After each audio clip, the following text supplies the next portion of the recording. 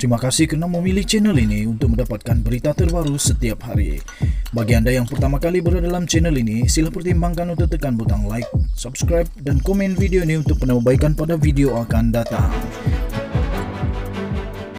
Berita politik, berita semasa, berita ekonomi, berita kesihatan, pendidikan dan segalanya ada dalam channel ini.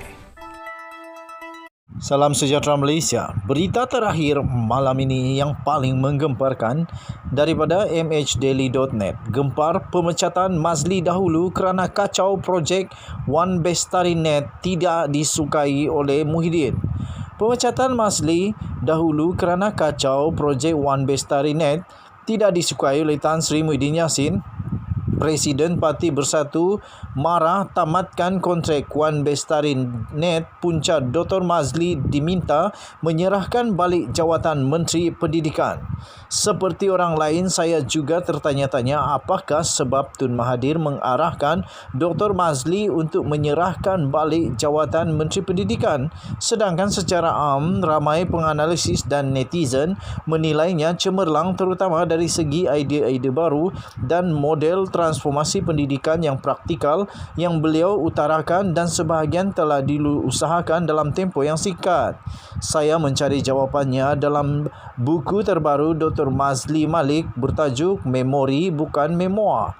Seperti yang diduga, beliau hilang jawatan kerana menyentuh kroni. Nampaknya kroni projek mega berpisah tiada. Apatah lagi jika pemimpin sektor awam yang menjadi lubuk emas. Bagai cacing kepanasan dek matahari bila kroni dijentik. Membangunkan sektor awam yang bermaruah dan rakyat driven tetap cabaran besar bagi Malaysia walaupun sudah 64 tahun merdeka.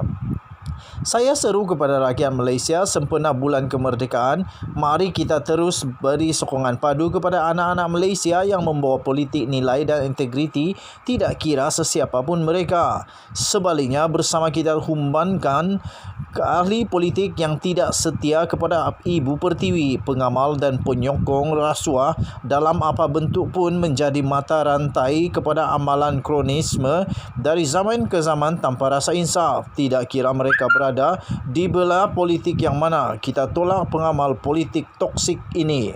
Dalam buku Memori Bukan Memoir, bab One Bestari Net dan KPM, apakah yang berlaku? Antara lain, Dr. Mazli mendedahkan, saya sering ditanyakan apakah permintaan PM ke-7 untuk saya memulangkan jawatan saya kepada beliau adalah disebabkan oleh isu One Bestari Net atau lebih khususnya kontrak YTL Communication Sdn Bhd YTLC dengan KPM yang penuh kontroversi.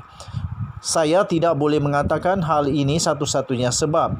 Namun boleh saya katakan hal ini merupakan antara sebab mengapa Perdana Menteri PM meminta saya berbuat demikian dan menurut beliau atas permintaan Presiden Parti Bersatu pada ketika itu.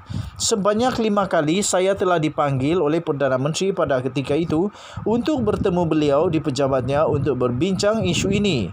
Malah saya juga telah hadir sebanyak 2 kali dengan pimpinan tertinggi KPM untuk menerangkan kepada beliau perihal keputusan yang dibuat oleh KPM. Dalam mesyuarat terakhir bersama beliau, saya ingat lagi beliau mengatakan, Presiden Bersatu amat marah dengan anda kerana isu ini. Tidak lama selepas itu saya menerima kiriman email daripada beliau yang meminta saya memulangkan jawatan yang diamanahkan kepada saya pada Jun 2018 kepada beliau semula.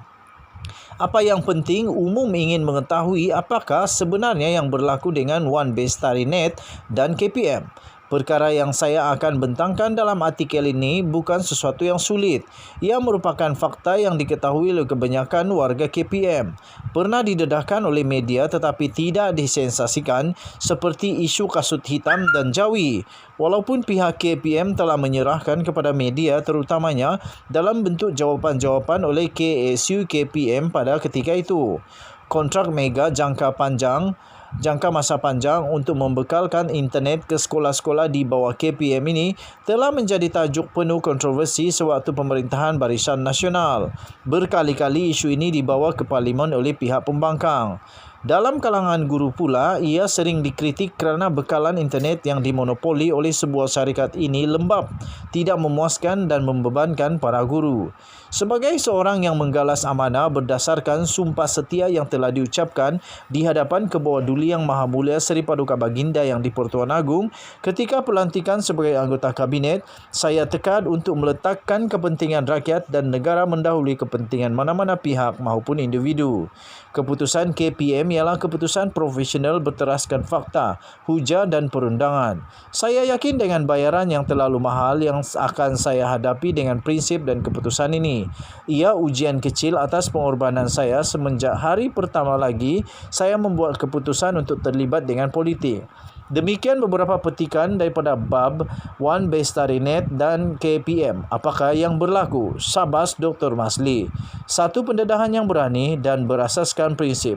Rumusan awal yang saya boleh buat adalah ... Artikel ini diambil daripada sumber Facebook Muhammad Saidi Ismail daripada buku Memori Bukan Memoir ditulis oleh Masli Malik. Sekian berita, salam sejahtera Malaysia, bye-bye.